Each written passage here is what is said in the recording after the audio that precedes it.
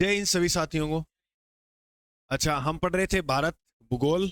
और भारत भूगोल में टॉपिक था भारत का भौतिक प्रदेश, है ना। अच्छा, भारत के भौतिक प्रदेश टॉपिक के अंदर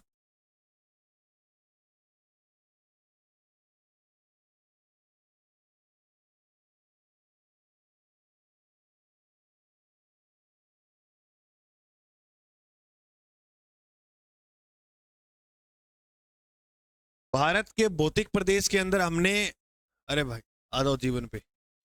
भारत के भौतिक प्रदेश में हमने लास्ट जो पार्ट पढ़ा था वो किसको पढ़ा था? डेल्टा। और मैंने कहा था, अच्छा डेल्टा भी मैं किस भाग में पढ़ा रहा था? उत्तर के विशाल मैदान। अच्छा, डेल्टा कौन कौन सी नदी बनाती है? गंगा और ब्रह्मपुत्र। तो इसे गंगा ब्रह्मपुत्र का डेल्टा भी कहा जाता है। एक ये बात याद रखनी है। दूसरी, देखो डेल्टा जो है उस डेल्टा का नाम क्या है? और सुंदरवन डेल्टा विश्व का सबसे बड़ा डेल्टा है। ये विश्व का सबसे बड़ा डेल्टा है। फिर मैंने कहा था यहां पर बंगाल टाइगर देखने को मिलेंगे। इसके साथ साथ याद रखना, मगरमच्छ भी यहां देखने को मिलते हैं। सुंदरी वृक्ष भी देखने को मिलेंगे। सुंदरवन नाम के नाम से आप क्या देखोगे? इसका विस्तार जो है वो भारत में भी है और बांग्लादेश में भी है। अच्छा, भारत के किस राज्य में सुंदरवन डेल्टा का विस्तार है? पश्चिमी बंगाल में। अब आप ये एक बात याद रखना कि सुंदरवन के नाम से क्या क्या चीजें हैं। ठीक है, एक तो सुंदरवन राष्ट्रीय उद्यान है।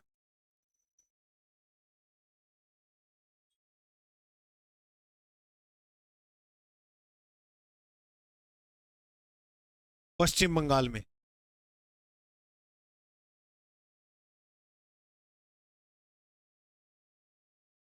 दूसरा, सुंदरवन जैव विविधता केंद्र है।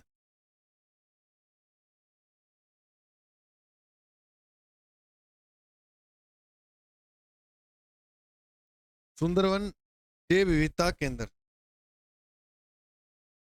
यहां इसी राष्ट्रीय उद्यान में सुंदरवन बाग परियोजना भी चलाई गई है।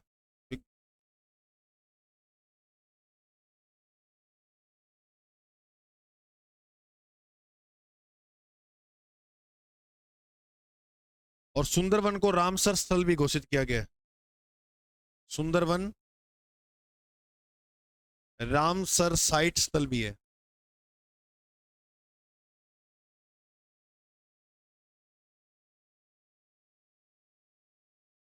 तो ये आपको जो बातें हैं वो याद रखनी है। चार।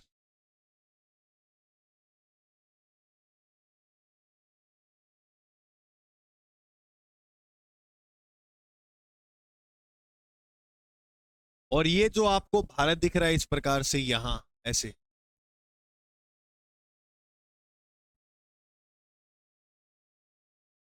तो इस भारत के यहां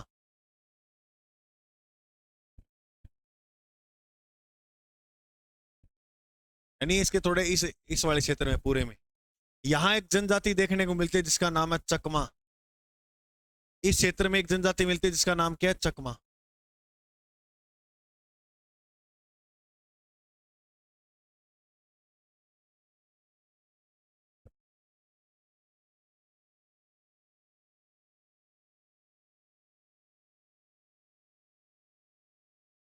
हाँ जी। सुंदरवन राष्ट्रीय उद्यान, सुंदरवन जैव विविधता केंद्र, सुंदरवन बाग परियोजना चलाई गई है यहाँ, सुंदरवन रामसर साइट स्थल है। ये सारे के सारे इसके अंदर।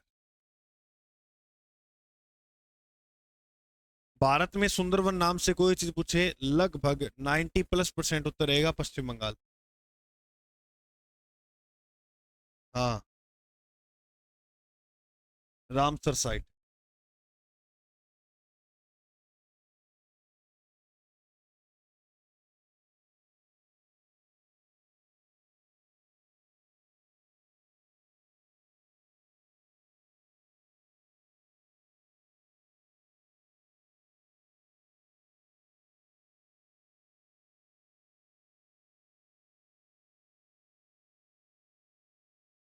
ठीक है, अब बात करते हैं अपने उत्तर के विशाल मैदान की आगे। तो उत्तर के विशाल मैदान के आगे और मैदान बनेंगे। तो उत्तर का जो विशाल मैदान है, मैंने एक बात बताई थी, आपको याद हो, उत्तर का विशाल मैदान जो वो नदियों द्वारा निर्मित है। किनके द्वारा निर्मित है? अच्छा, वो नदियां कौन कौन सी थी? नंबर 1 पे सिंधु, नंबर 2 पे गंगा, और नंबर 3 पे ब्रह्मपुत्र नदी। यही थी। इन तीनों से मिलकर बना है। तो इसके बीच में जो मैदान बना है वो भी इसी का हिस्सा है। किसका? उत्तर के विशाल मैदान का। तो इसके हम 3 टाइप और पढ़ सकते हैं। इसके कितने प्रकार पढ़ेंगे? और 3 प्रकार और पढ़ेंगे। इसमें पहली नदी कौन सी है? सिंधु। तो पहले में नाम लिखोगे सिंधु,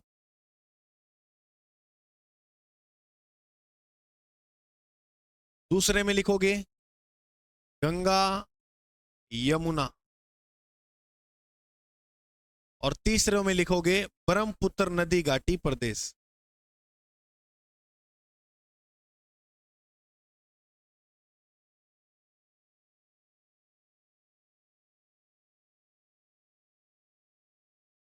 अच्छा, इसके उत्तर के विशाल मैदान के हम 3 टाइप और पढ़ेंगे, जिसमें पहले का नाम है सिंधु, सॉरी सिंधु झेलम नहीं है, सिंधु सतलज है। सिंधु सतलज का मैदान, सिंधु सतलज का मैदानी प्रदेश, मैदानी प्रदेश। गंगा यमुना का मैदानी प्रदेश, और ब्रह्मपुत्र नदी घाटी प्रदेश। तो ये 3 टाइप और इसके अंदर हम अभी जानेंगे।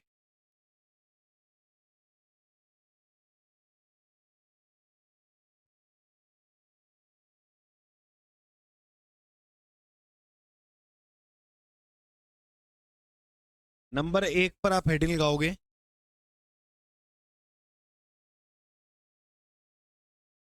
सिंधु सतलज का मैदानी प्रदेश।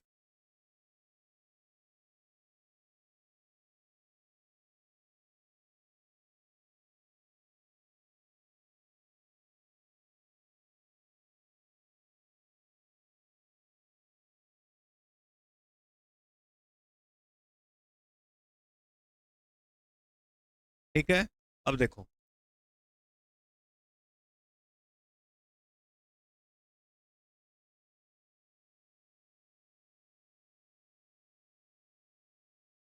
ये भारत है, और भारत के अंदर अगर हम बात करें तो ये वाला हिस्सा पूरा है, ये कौन सा भाग है? ये है सिंधु सतलज का मैदानी प्रदेश। ये वाला जो भाग है, इसको थोड़ा सा जूम करके हम अगले पेज पे पढ़ते हैं। ठीक है, कि ये जो प्रदेश है, ये जो मैदान है, ये बनता कैसे है। करें शुरू? हाँ भाई, ठीक। तो अब देखो, इसमें आपको 5 नदियां याद करनी है, सिंधु समेत 6 हो जाएंगी वो।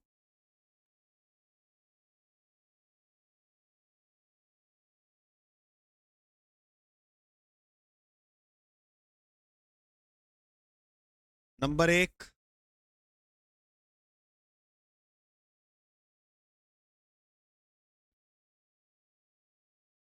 2 नंबर,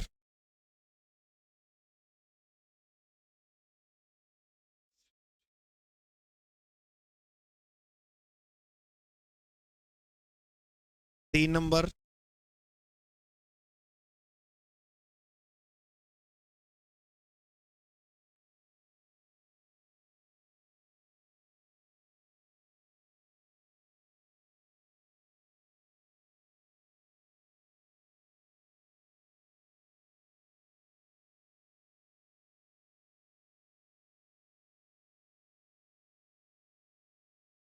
1 नदी ये याद करनी है।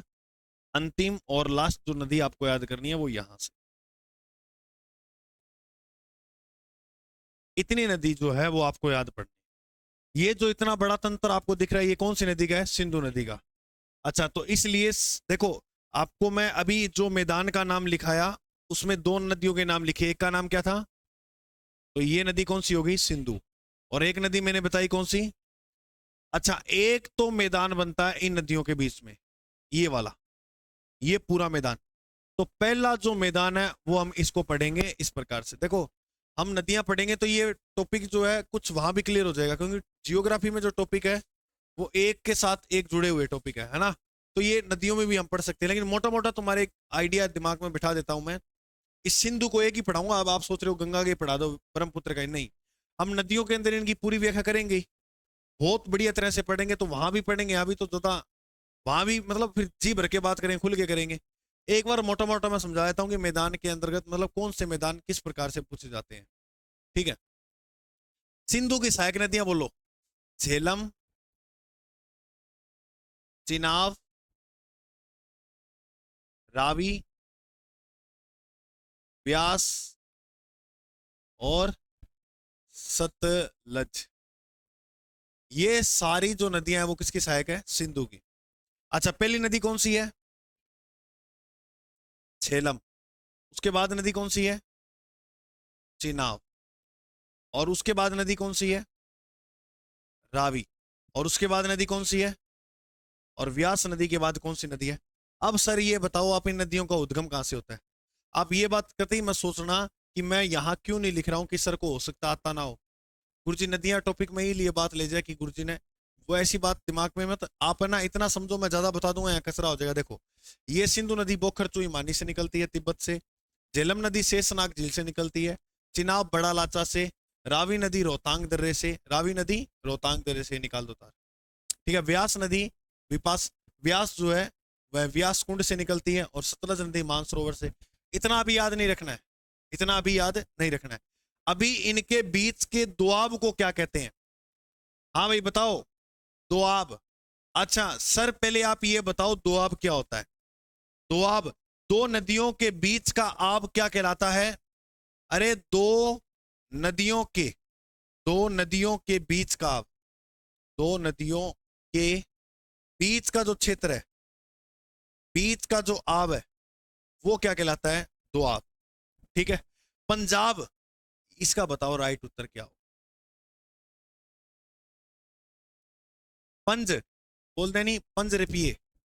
तो पंज मतलब पांच, पांच नदियों के बीच का आब, पांच नदियों के, पांच नदियों के बीच का आब।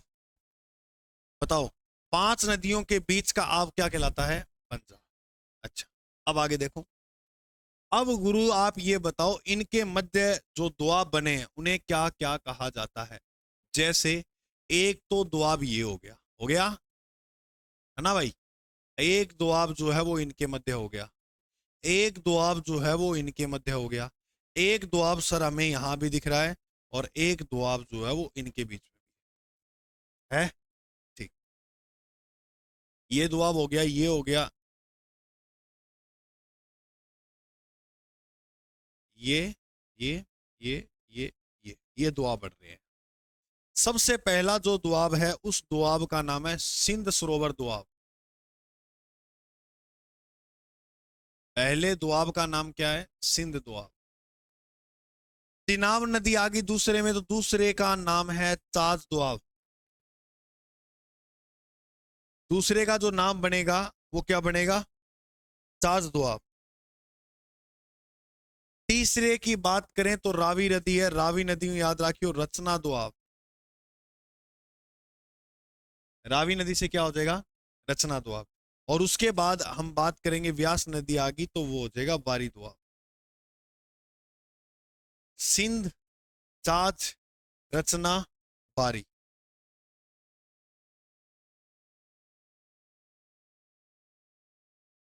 और ब्यास और सतलज के मध्य विस्त, विस्त दोआब। ये सारे दोआब जो है वो आपको याद करने हैं। सिंधु और झेलम के मध्य देखो, नाम सिंधु आ रहा है तो सिंध, झेलम और चिनाब नाम आ रहा है तो चाच, चिनाब और रावी नाम आ रहा है तो रचना, और रावी और व्यास के बीच जो दोआब बनता है बारी। नहीं नहीं, इसके बीच का जो दोआब है उसे बारी। व्यास और व्यास विस्त। सिंपल है। लिखो जल्दी।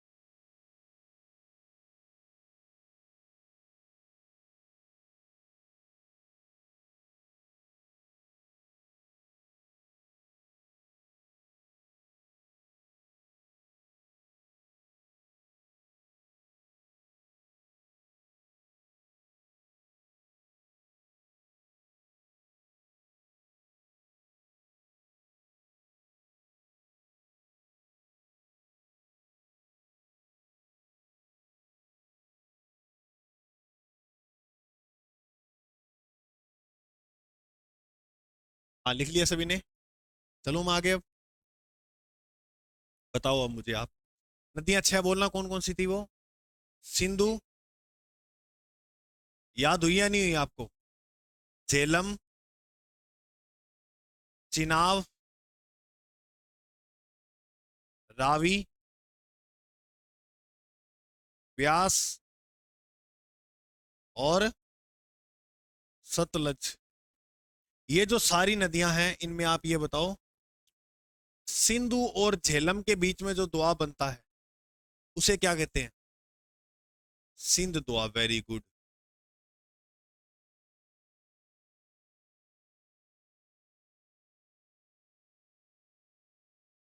झेलम और चिनाब के बीच जो दुआ बनता है उसे बोलते हैं चाच दुआब। ये प्रश्न ऐसे ही बनेगा कि चाच दुआब किन नदियों के मध्य, तो आप बोलोगे क्या? झेलम और चिनाब। चिनाब और रावी के बीच में रेचना भी बोलते हैं, इसे रचना दुआब भी बोलते हैं। रावी और व्यास बारी दुआब। कौन सा दुआब? बारी दुआब। और व्यास और सतलज के मध्य है विस्त दुआब। तो ये हमारे पांच के पांच दुआब जो है वो कंप्लीट। अब वहां पढ़ेंगे गंगा में कर्ण प्रयाग, देव प्रयाग, रुद्र प्रयाग, है ना? वो गंगा नदी में ही अच्छा रहेगा, बात करेंगे। और ब्रह्मपुत्र की मैदान की ब्रह्मपुत्र में बात करेंगे। अभी मैं जस्ट, क्योंकि ज्यादा यहाँ टाइम भौतिक प्रदेश में बिताएंगे नहीं, नदियों में बिताएंगे फिर। अच्छा, अब मैंने आपको छह भौतिक प्रदेश कराए थे भारत के। इसमें सबसे पहले मैंने आपको पढ़ाया हिमालय। पढ़ा दिया हिमालय। और हिमालय के बाद नंबर दो, उत्तर का विशाल मैदान भी मैंने आपको पढ़ा दिया। उत्तर का विशाल मैदान पढ़ाया। अब तीन नंबर जो भौतिक प्रदेश है वो हम पढ़ेंगे प्राय द्वीपीय या प्राय द्वीप का पठार। ठीक है, ये उतार लिया आपने। चलो अब आप हेडिंग लगाओ आगे, प्राय द्वीप का पठार।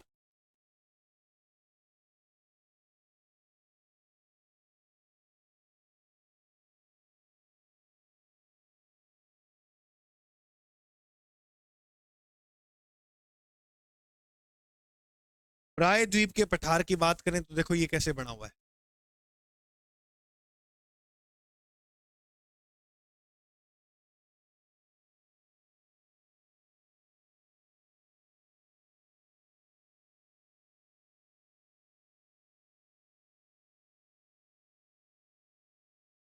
इधर की ओर है अरब सागर, है ना? इधर की ओर क्या है? बंगाल की खाड़ी। और जरा नीचे की ओर जाएंगे तो हमें सामना करना पड़ेगा हिंद महासागर से। किससे भाई? हिंद महासागर। देखो, भारत की अगर हम बात करें, भारत की बात कर ली जाए तो भारत के तीन और जल है। भारत के कितनी और जल देखने को मिलेगा हमें? 3 और। जो 3 और जल से घिरा क्षेत्र होता है उसे बोलते हैं प्रायद्वीप। क्या बोलते हैं? प्रायद्वीप। देखो प्रायद्वीप जो है वो गोंडवाना लैंड का अवशेष है। गोंडवाना। और जो चीजें गोंडवाना लैंड का अवशेष बनी थी वो प्राचीन है। वो जैसे अरावली किसका अवशेष है? गोंडवाना लैंड का। तो अरावली प्रायद्वीप के अंदर आती है, इसीलिए यह भारत का सबसे प्राचीन भौतिक प्रदेश है। पहला प्रश्न लिख लो। यह भारत का सबसे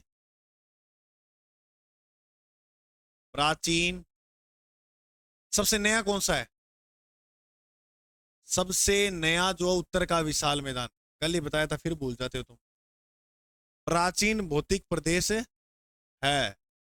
अच्छा, अब दूसरी बात, इसकी आकृति, ये अवशेष किसका है पहले ये बताओ।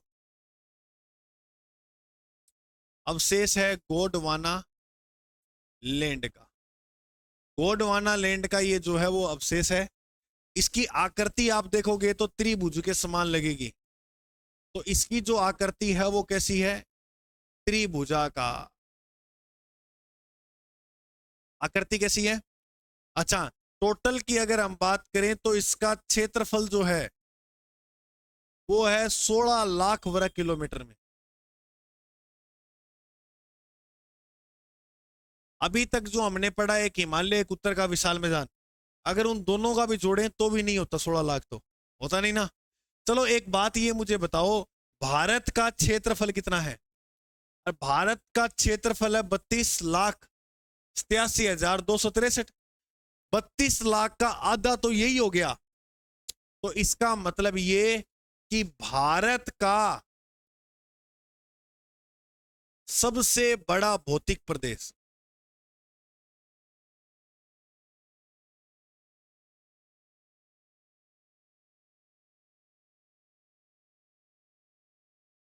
सबसे प्राचीन और सबसे बड़ा भौतिक प्रदेश जो है वो कौन सा है? प्रायद्वीप का पठार।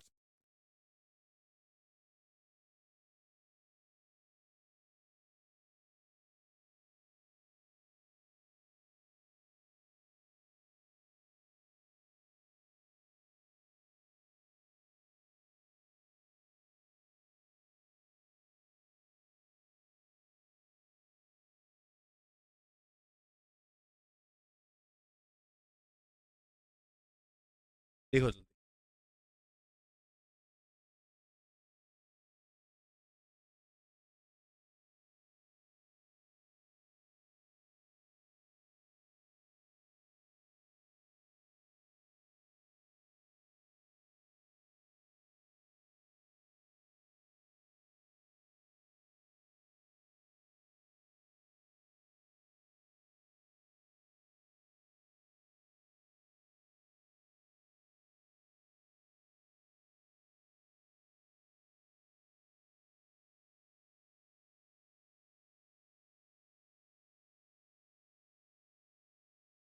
ठीक है, इतना लिख लिया। अच्छा, अब आपने इतना लिखा तो इसके बाद एक लाइन और लिखो।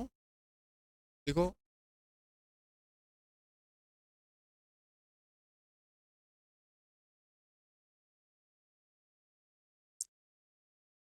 प्रायद्वीप के पठार में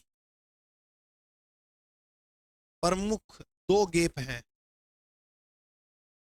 गेप क्या होता है? बीच में ये गेप हुआ नहीं कोई चीज का, तो वो गेप बोला आप अभी। तो प्रमुख कितने गेप हैं? नंबर 1 और नंबर, इनमें से प्रश्न आ जाता है। पहला जो गेप है उसका नाम है राजमहल गारो गेप।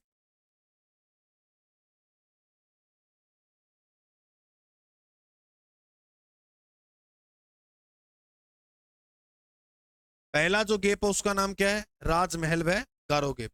और दूसरे गेप का नाम है मालदा गेप।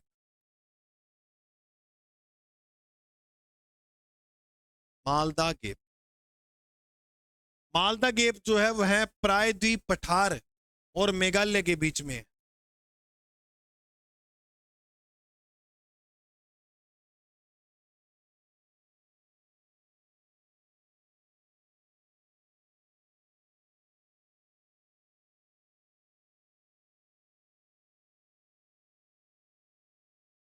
मालदा जो गेप है वो किसके है? प्रायद्वीप और मेघालय के मध्य। राजमहल जो है वो राजमहल और मेघालय के मध्य। राजमहल व मेघालय के मध्य। आ जाओ बात करते हैं गेप आया कैसे। मतलब मेन जो नाम आ रहा है वो किसका आ रहा है? राजमहल की जो पहाड़ियां वो प्रायद्वीप का हिस्सा है। ये गेप आया कैसे? देखो ये जो प्रायद्वीप है ये आगे तक फैला हुआ मेघालय तक, ठीक है, ये यहां आगे तक बात करते हैं इसकी अभी। तो ये आगे मेघालय तक। अब घटना ये होती है कि बीच में यहां एक नदी आ जाती है। बीच में क्या आती है भाई? एक नदी। हाँ समझिए, नदी कौन सी? गंगा। वेरी गुड भाई। ये नदी है वो है गंगा। तो गंगा जो नदी है वो इस भाग को तोड़ देती है मेघालय से। इस भाग को मेघालय से तोड़ देती है। तो याद रखना, ये जो यहां मेघालय का पठार दिख रहा है आपको, ये एग्जाम में प्रश्न आया हुआ है। मेघालय का पठार जो है वो किस भौतिक भाग का हिस्सा है? तो आपका उत्तर क्या रहना चाहिए? लेकिन मैं आपको मैप में दिखाऊं तो आप हैरान हो जाओगे। क्या गुरुजी? और अपना भारत को मैप, और भारत में मेघालय है 8 है नहीं? और हमें याद है जब आपने हिमालय पर्वतमाला बताई थी तो आपने कहा था कि मेघालय में गारो खासी जयंती अमी की रेगमा पहाड़ियां हैं, और वो शिवालिक हिमालय में पढ़ा दी मैंने। याद ये बात रखनी है, पढ़ाई मैंने वहां थी पहाड़ियां। लेकिन मेघालय का जो पठार है ना वो किसका हिस्सा है? उत्तर के विशाल मैदान का। अब देखो, जिस साथी ने पढ़ा नहीं होगा और वो देखे तुक्का मारेगा तो वो क्या सोचेगा, यार मेघालय जो है ना वो तो हिमालय में ही आता है, उसमें पहाड़ियां भी है। तो प्रायद्वीप तो यहाँ है, ऐसे प्रायद्वीप तो यहाँ है। प्रायद्वीप का तो रोल, चलो उत्तर का विशाल मैदान फिर भी मान लेते हैं, लेकिन प्रायद्वीप का तो फिर भी रोल ही नहीं है। तो एग्जाम में प्रश्न आए कि मेघालय का पठार जो है वो किसका हिस्सा है? ऑप्शन ए में दिया होगा हिमालय। ऑप्शन ए में क्या दिया होगा? हिमालय। ऑप्शन बी में उत्तर का विशाल मैदान, उत्तर का विशाल मैदान। ऑप्शन सी में प्रायद्वीप, और ऑप्शन डी में द्वीप प्रदेश। आप बताओ एग्जाम हॉल में बैठे हो क्या करोगे उत्तर? देखो लगभग साथी है ना जो नहीं पढ़ेंगे इस बात को भी करेंगे, क्योंकि सोचेंगे यार गुरुजी ने उत्तर का विशाल मैदान जो है वो इस प्रकार से एक बार चित्र बनाया था। ऐसे दिमाग में चित्र को याद नहीं रखना है, आप पढ़ना चित्र ऐसे कि जो प्रायद्वीप है उसको एक भाग को गंगा नदी ने तोड़ दिया। था तो इसी का परिवार, लेकिन गंगा नदी ने वो गेप डाल दिया इसलिए अलग हो गया है।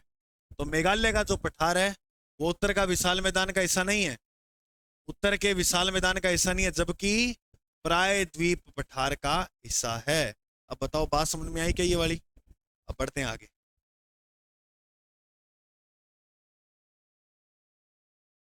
ठीक है, ये दो गेप समझ में आ गए। अब एक शब्द आएगा आपके सामने, भ्रंश घाटी। क्या आएगा? भ्रंश घाटी क्या होती है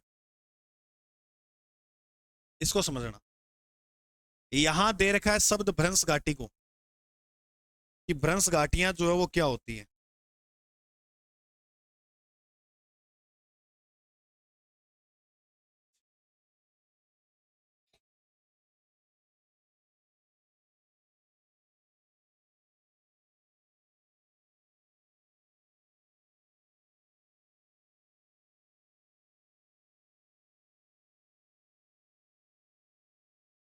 ठीक है,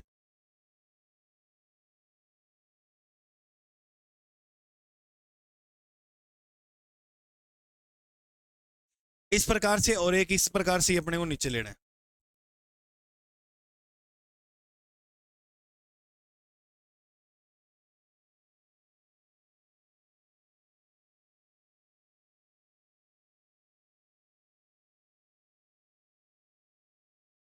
अब देखो ये क्या है, ऊपर भी पहाड़ी है,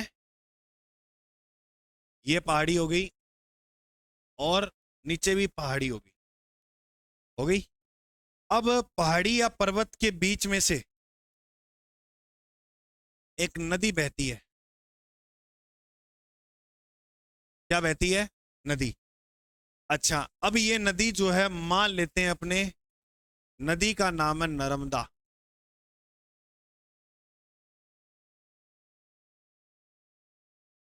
नदी कौन सी है? नर्मदा नदी। तो नर्मदा और ताप्ती नदी ऐसी नदियां हैं जो किसके अंदर प्रवाहित होती है? भ्रंश घाटियों में। भ्रंश घाटी का मतलब है दो आसपास पहाड़ियां हो और बीच के अंदर जो है वो क्या बह रही हो? नदी। उसे क्या बोलते हैं? भ्रंश घाटी। अभी मैं आपको एक चित्र दिखाता हूँ फोन में, इस पे तो मैंने बोर्ड पे लिया नहीं वो चित्र, फोन में दिखाता हूँ आपको कि भ्रंश घाटी क्या होती है। आप सभी साथियों को ये डायग्राम दिख रहा है, ये वाला। देखो इधर भी पहाड़ियां हैं ऐसे, और इधर भी पहाड़ियां हैं, और बीच में ये क्या बह रही है? नदी। अच्छा ये रिवर कौन सी है? नर्मदा। तो भ्रंश घाटी का जो निर्माण करने वाली नदी है उसका नाम क्या? नर्मदा। कैमरे में दिख जाएगा क्या? हाँ दिख रहा है भाई। देखो भाई, ये आसपास पर्वत है और बीच में जो नदी है वो बह रही है, उसे क्या बोलेंगे? नर्मदा। ये भ्रंश घाटी इस प्रकार से बनती है। ओके। अब आगे जरा बात सुनो ध्यान से। प्राय द्वीप के अंदर जो भ्रंश घाटी बनाने वाली नदी है वो कौन कौन सी है? तो याद रखना, प्राय द्वीप पठार में दो नदियां ऐसी है जो भ्रंश घाटी का निर्माण करती है।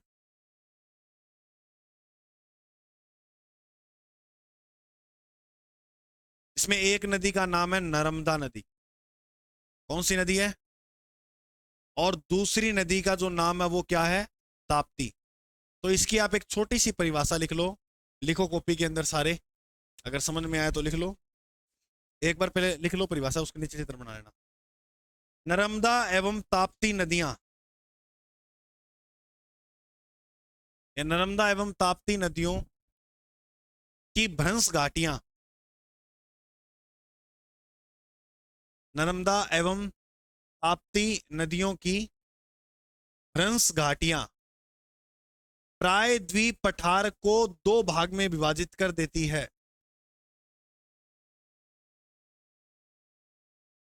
प्राय द्वीप पठार को दो भाग में विभाजित कर देती है।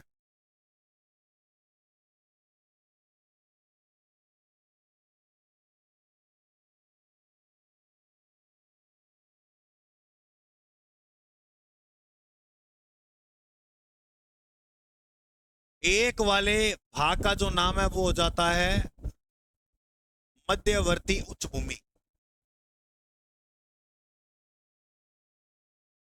एक भाग का नाम क्या हो गया? मध्यवर्ती उच्चभूमि। और दूसरे भाग का नाम हो गया दक्कन का पठार।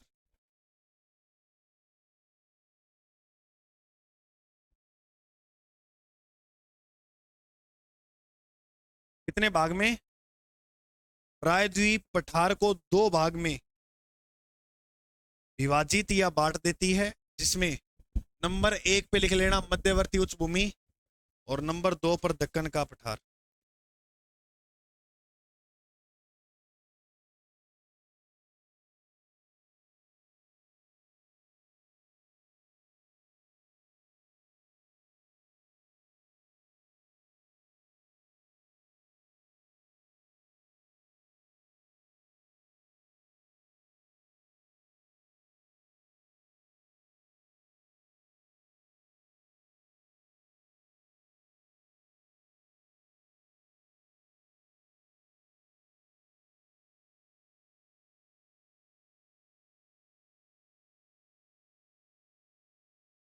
लिख लिया?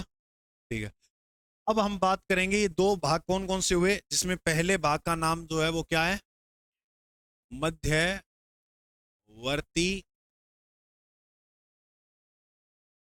उच्चभूमि। और दूसरे का नाम क्या है?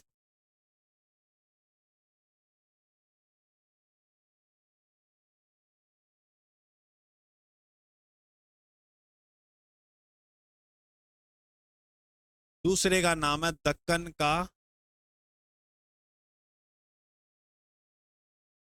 पठार।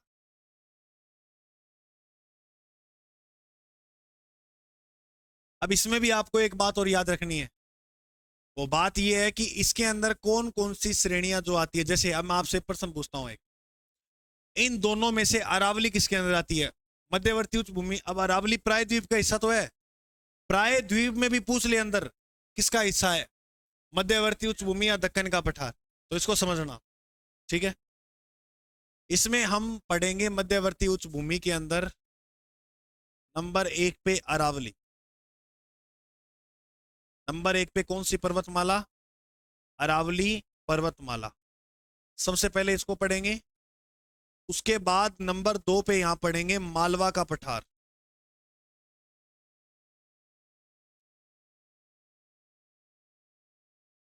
नंबर 3 पर पढ़ेंगे बुंदेलखंड का पठार।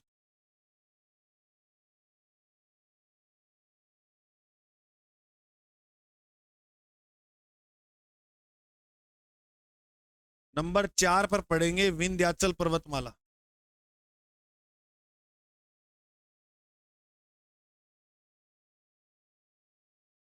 उसके बाद हम पढ़ेंगे छोटा नागपुर का पठार।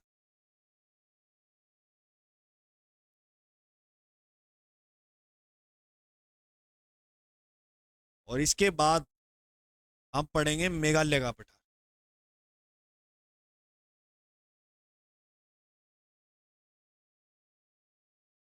मेघालय का पठार।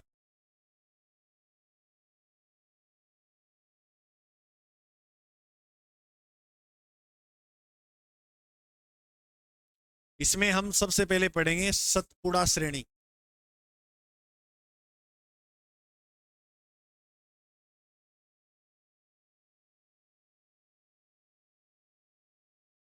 नंबर 2 पर पढ़ेंगे महाराष्ट्र का पठार।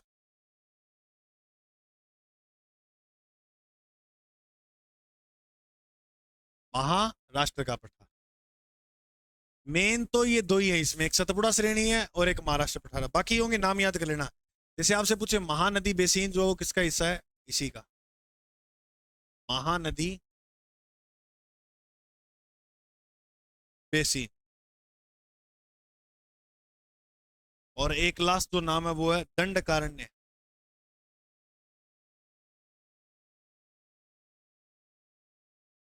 तो ये सारे जो हैं वो नाम अपने पढ़ेंगे दक्कन के पठार के।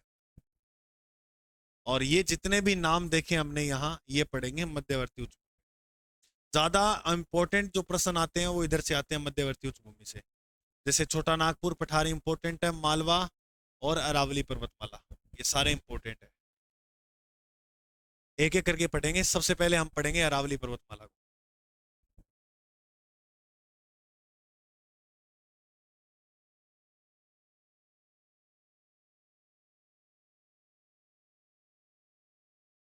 बताओ आपने अगर उतार लिया तो। सभी ने उतार? हाँ उतारो।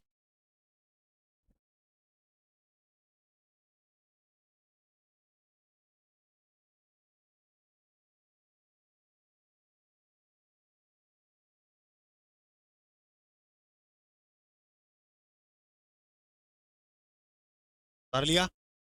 अच्छा, हमने जो आज पढ़ा वो उत्तर के विशाल मैदान और प्रायद्वीप की कुछ बातें। उत्तर के विशाल मैदान में मैंने कहा था इसके 3 टाइप और पढ़ेंगे हम आगे। बाबर तराई, खादर, बूढ़, रे, कलर, डेल्टा तो पढ़ा। उसके अलावा हम पढ़ेंगे ये सिंधु, गंगा और ब्रह्मपुत्र को। सबसे पहले हमने सिंधु सतलज का मैदान पढ़ा। ठीक है, सिंधु और सतलज के बीच में जो मैदान है उनमें नाम आता है सिंध दोआब, चास दोआब, रचना दोआब, बारी दोआब, विस्त दोआब। ये नदियां कल आपको लिख लिख कर याद करनी है कि सिंधु और झेलम के मध्य सिंध, झेलम, चिनाब, पहले एक क्रम लिख लेना सारा। फिर जहां जिसका नाम आए वो लिख देना। जैसे झेलम चिनाब च नाम आया चाज, चिनाब रावी रे नाम आया रचना, रावी व्यास वे नाम आया बारी, व्यास और सतलज इसमें याद रखना विस्त, सतलज विस्त। ठीक है, आगे प्रायद्वीप का पठार। यह भारत का सबसे प्राचीन भौतिक प्रदेश है। सबसे नया उत्तर का विशाल मैदान। अवशेष गोंडवाना लैंड का है। आकृति त्रिभुजाकार है। क्षेत्र, अच्छा ये शुरू इधर गुजरात से हो जाता है। ठीक है, और इधर की ओर जाते हुए ये मेघालय तक आगे फैला हुआ है। ठीक है, और दक्षिण में बात करेंगे तो ये तमिलनाडु तक। ये दक्षिण में जो है वो कहां तक फैला हुआ है? तमिलनाडु तक। अच्छा, इसके बाद बात की जाए क्षेत्रफल कितना है इसका, 16 लाख वर्ग किलोमीटर। इसका मतलब भारत का सबसे बड़ा भौतिक प्रदेश यही है। इसमें 2 गैप पढ़ने को मिलते हैं, राजमहल गारो गैप और मालदा गैप, जो मेघालय के बीच में है। वो मैंने बताई थी गंगा नदी वाली कहानी, वो ऐसे हुआ गैप है। फिर भ्रंश घाटी क्या होती है? 2 नदियों के बीच में प्रवाहित नदी होती है, उसे बोलते हैं कि ये नदी भ्रंश घाटी में बह रही है। इसमें बह रही है, जिसमें आसपास पहाड़ियां होती है और बीच में क्या बह रही होती है, नदी। भारत में दो नदियां महत्वपूर्ण है जो भ्रंश घाटी का निर्माण करती है, नर्मदा और, अच्छा ये भ्रंश घाटी से जो प्रायद्वीप का पठार है वो असमान दो भागों में बट गया है ना, कितने भागों में, दो भागों में। प्रायद्वीप के पठार को दो भागों में बांटने वाली भ्रंश घाटियां कौन सी नदियां बनाती है, नर्मदा और ताप्ती। फिर ये दो भाग कौन से हुए, नंबर एक पे मध्यवर्ती उच्च भूमि और दूसरा दक्कन का पठार। इसमें हम क्या क्या पढ़ेंगे, इसमें आता है अरावली पर्वतमाला, मालवा का पठार, बुंदेलखंड, विंध्याचल, छोटा नागपुर का पठार और मेघालय का पठार। दक्कन में आता है सतपुड़ा महाराष्ट्र का पठार, महानदी वैष्णो दंड कारण्य। ठीक है, बाकी बात करेंगे अपने कल। अभी के लिए जय हिंद, जय भारत।